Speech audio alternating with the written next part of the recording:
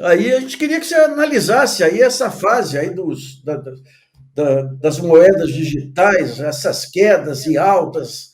Como é que você está vendo esse movimento? Boa noite, Nassif, boa noite, Marcelo, boa noite a todo mundo que está acompanhando a gente. É um prazer estar mais uma vez aqui no GGN, obrigado pelo convite. Bem, Nassif, esse movimento agora era relativamente previsível, né? Da última vez que a gente teve, inclusive, aqui no programa, a gente falou sobre essa possibilidade. E, na verdade, previsível porque isso vem acontecendo com as criptomoedas há um bom tempo. Se a gente pega, por exemplo, aquela alta que aconteceu ali no final de 2017, no começo de 2018, em que o Bitcoin chegou a 20 mil dólares, né? Vamos lembrar que hoje ele está perto ali de 30 mil, né? Mas chegou a 69 mil em novembro de 21. Bem, essa primeira grande alta astronômica do Bitcoin, que ele chega a 20 mil dólares, logo em seguida, poucos meses depois, ele cai a 3 mil dólares, perdendo 80% do seu valor, uma queda tão drástica, na verdade, mais drástica do que a que a gente está vendo, né? Então, o que está acontecendo agora? É uma coisa que eu já venho, enfim, falando em vários lugares em que eu vou. A maioria das pessoas que vai discutir as criptomoedas, Nassif, fica olhando para o universo interno das cripto, né? Discutindo, fulano fez isso, deixou de fazer aquilo, essa tecnologia aquilo outro, e esquece de pensar as criptomoedas no quadro mais amplo, né, das condições, da situação macroeconômica global. E aí, se você enquadra a situação das criptos à luz desse quadro, fica muito evidente o que está acontecendo. Você tem um cenário com farta liquidez, como você estava bem dizendo agora. Esse cenário de farta liquidez encoraja o comportamento com ativos especulativos de alto risco, como é o caso das criptomoedas. E o que aconteceu no último período? O Fed resolveu apertar o cinto, né, subir a taxa de juros, né? Agora a taxa de juros está atingindo o maior patamar em 22 anos, e o comunicado é de que vai subir mais para lidar com a inflação, que também está num patamar maior do que o esperado, né? Inclusive tem ocorrido aí certos receios de estagflação, né, em certo aspecto. Você vê o Goldman Sachs soltando relatórios, por exemplo, agora com essa angústia, né? Você tem o conflito da Rússia e da Ucrânia, que aprofunda a instabilidade geopolítica e impacta nos mercados.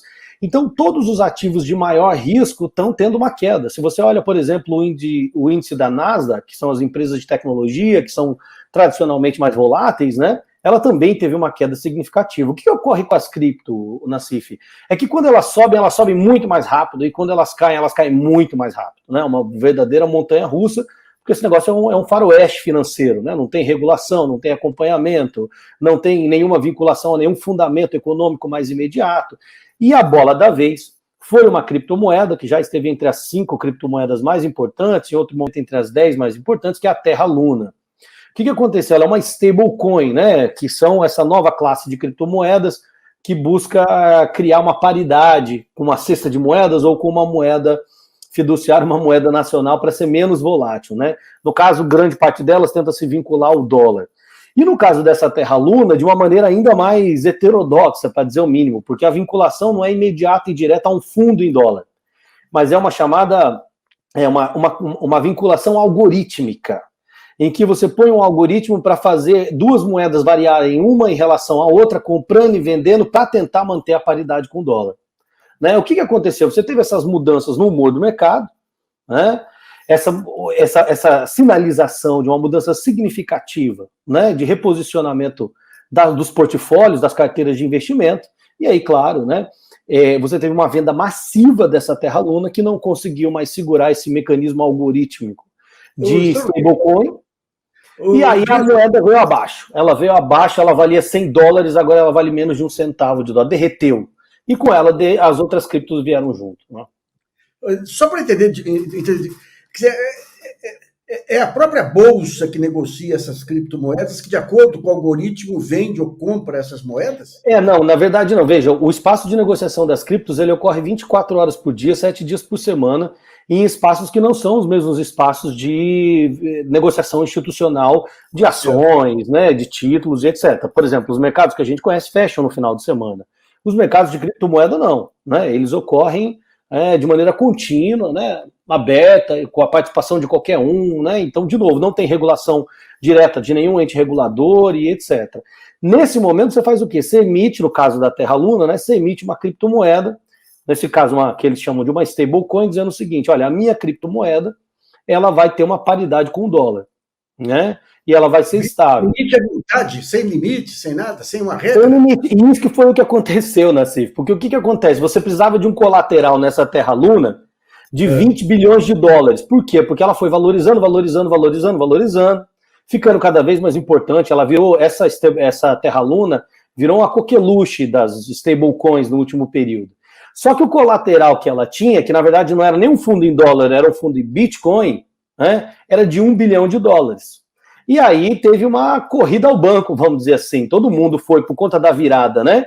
Aumento dos juros, os comunicados do Fed, etc. Você teve um dos agentes que fez uma venda massiva e a moeda não conseguiu mais honrar, né? Ela derreteu todo esse fundo de Bitcoin, jogando esses Bitcoins para tentar salvar, mas não conseguiu. Né? Quanto mais ela jogou os Bitcoins, mais a situação se agravou. Você conhece esse modelo dessas espirais, né? E aí houve um pânico generalizado, né, que acabou contaminando as outras criptomoedas e também o Bitcoin, que já caiu significativamente, né, caiu 40% desde o começo do ano já, e está aí abaixo dos 30 mil dólares, né, gerando um pânico, assim, gente falando nesses fóruns aí de criptomoedas, né, do Reddit, aqueles que negociam Terra Luna e essa stablecoin que eu acabei de dizer, falando de suicídio, né, assim,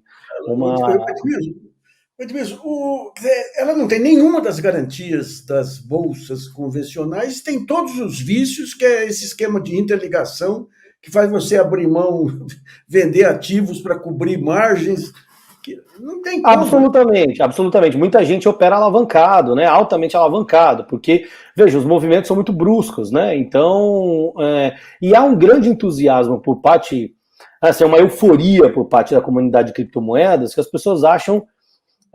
Já venho debatendo isso longamente, tentando desmontar essa ilusão nos meus trabalhos, nas minhas intervenções, de que essa vai ser a nova forma de dinheiro, isso é o futuro do dinheiro, isso é um novo ouro digital. Qual que é o grande delírio, né? Que isso é uma reserva de valor estável contra qualquer tendência inflacionária, quando na verdade é o absoluto oposto, né? Se você pega, por exemplo, uma queda de um ativo que cai 80% num período de 3, 4 meses, né, ela é altamente inflacionária, e não o oposto, ela não é uma âncora contra a inflação, né, nesse sentido, que ela perde um valor muito rápido e ganha também, claro, o valor muito rápido. Mas o que a comunidade, o que mantém a comunidade ativa nessa história, tem duas coisas, né, Nassif? Tem vários modelos de intervenção aí. De um lado, você tem uma chamada alavancagem tecnológica, que essas empresas estão tentando fazer uma especulação técnica com o blockchain. Dizer, olha, essa nova tecnologia, vamos botar dinheiro nisso, empresa, vamos transformar isso numa onda, vamos convencer as pessoas nisso. De outro, essa parte ela ainda é menor. De outro, aquela coisa da especulação pela especulação. Você vê que os preços do Bitcoin sobem ou descem, única e tão somente com base, né, na euforia das pessoas em relação a ele nessas condições que estão estabelecidas. Nesse caso, o Nassif, na verdade, nos dois casos, eu não gosto muito de usar esse exemplo, mas acho que aqui ele serve um pouco, é como um esquema de pirâmide. Você precisa que mais pessoas fiquem entrando, né, para continuar ativando essa dança das cadeiras até que a música pare. Então, assim, você vê, por exemplo, propagandas lá com Matt Damon no Super Bowl, né, com figuras aqui como Pedro Bial e etc., para dizer o seguinte, olha, venham para o mundo das cripto, venham para o mundo das cripto. Você precisa, então... aconteceu no Brasil, né? Você precisa, então, ativar isso, né, a todo momento para que mais pessoas injetem uma quantidade mais significativa de recursos nesse espaço. E aí isso é uma coisa preocupante, por um lado, ainda que essa preocupação não possa ser exagerada, né? Hoje, a capitalização de mercado do mundo cripto está girando em torno de 1,3 trilhões, né? A Janet Yellen estava até dizendo, é um valor muito alto, mas ela estava dizendo, olha, não é risco sistêmico. Não é motivo para pânico, porque é um negócio relativamente pequeno. Mas ainda assim, Nassif, se você olha, por exemplo, para o Brasil, você tem cerca de quase 1,5 milhão de investidores em criptomoeda no Brasil. Isso é o dobro de pessoas que estão inscritas na B3, na Bovespa, né? O dobro. Né? Então... é o mesmo pessoal. Porque esse negócio de pirâmide, eu acompanho desde do Boi Gordo lá, é a mesma estrutura. Você tem picaretas em várias regiões que tem o seu corpo de vendedores, e daí eles ficam esperando aparecer um ativo qualquer lá, pode ser um boi, pode ser ouro, pode ser isso, pode ser aquilo lá, avestruz, que nem para poder vender. Quando veio aquele caso da Telex Free, foi a primeira tentativa eletrônica, o que eles vendiam? Impulso, transmissão pela internet, que já estava tudo aberto aí, né? Estava tudo aberto. E eram os mesmos caras que ganharam uma experiência muito grande em internet. Quando a gente vê hoje a quantidade de golpes que tem com criptomoedas aí, todo dia aparece um golpe novo aí. Ou seja, essa mesma estrutura saiu obviamente com pessoas de mercado também, mas essa mesma estrutura que atuava na Telex Free atua agora com esse pessoal.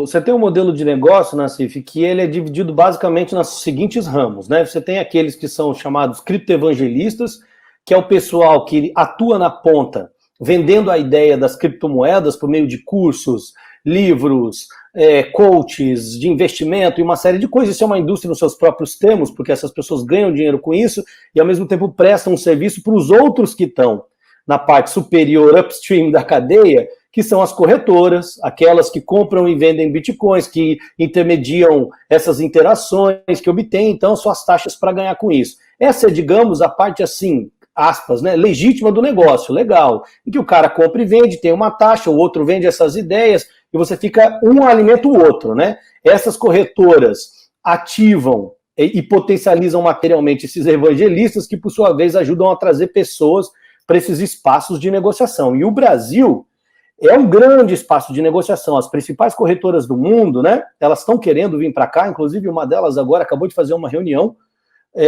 com Campos Neto no Banco Central, né, para discutir a legislação de Bitcoin, cenário macroeconômico e a entrada no Brasil.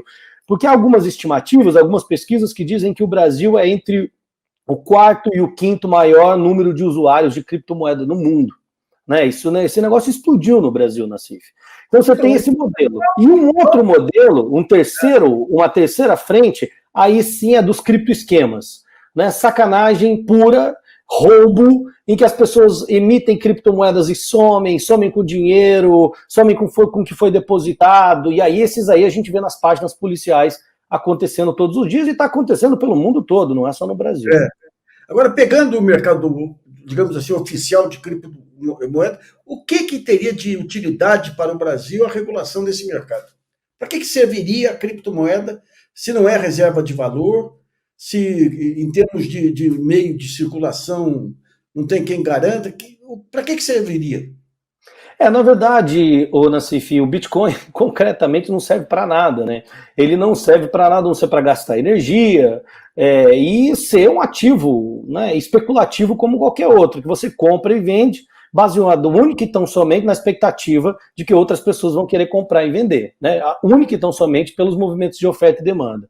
O que tem acontecido é que o seguinte, as pessoas estão efetivamente fazendo esses investimentos, elas estão acumulando uma parte da riqueza nesse tipo de ativo, e aí o Estado tem que entrar, de algum modo, para fazer uma regulação em termos de tributação, em termos de acompanhamento dessas atividades econômicas, até mesmo porque na CFF isso envolve evasão de divisas, elisão fiscal, isso envolve uma série de coisas que são bastante problemáticas, né, para a gestão do sistema tributário, para a gestão macroeconômica, monetária, né, troca com outras divisas, por exemplo, como o dólar e etc. Então, os países estão tentando construir formas de regular esse negócio, mas sempre, por exemplo, o BIS, o FMI, todos esses órgãos internacionais sempre estão soltando posicionamentos muito críticos às criptomoedas, né? Dizendo, olha, a gente até consegue entender que eventualmente possa ter aí um ecossistema de desenvolvimento tecnológico em torno da blockchain, que é talvez, Nassif, a grande coisa que tem por trás dessa história toda, o grande ativo que seria por trás dessa história toda é a tecnologia blockchain, que, no entanto, ainda não foi aplicado de nenhuma maneira revolucionária, né? Tem toda uma expectativa, tem muita gente botando dinheiro e apostando nisso, mas até agora isso não entregou a revolução que prometeu. De qualquer modo, esses reguladores no mundo todo estão querendo fazer um acordo que é mais ou menos o seguinte, ok, tem uma indústria nascente nisso, um bando de startups, de tecnologia financeira, de desintermediação financeira, estão investindo nesse negócio. Isso produz, supostamente, né, emprego, renda, envolve um setor da economia nesse desenvolvimento tecnológico. A gente não quer matar isso, mas a gente também não quer que essa altíssima volatilidade e esse faroeste financeiro se estabeleça como um tal. A questão é saber se tem como separar o joio do trigo. É nesse ponto meio duvidoso que a legislação no mundo todo está tentando tatear sem muita definição e muito sucesso, porque os países ainda estão meio sem saber o que fazer com esse negócio. Tá certo. Wilson, obrigado aí mais uma vez por suas explicações aí sobre isso. Agora, para mim, não tem nenhuma lógica. Teria que proibir isso aí, loteria eletrônica. Alguns lugares estão proibindo, né, Nassif? A China, por exemplo, fez isso, né? Outros, a Rússia, né, em parte, está fazendo isso. Então, vários países estão, sim, já trabalhando e aplicando essa hipótese de um banimento total das criptomoedas. Eu acho que isso pode acontecer. De outro lado, e esse é um cenário muito curioso, outros países, como a República Centro-Africana, El Salvador, estão adotando como legal tender, né, como moeda de curso legal. O que é, na minha modesta opinião, e também de muitos especialistas, uma absoluta sandice, né? Mas que também tem ocorrido. Então, acho que a gente ainda vai ter muito a discutir, muito a acompanhar dessa montanha-russa financeira que são as criptomoedas.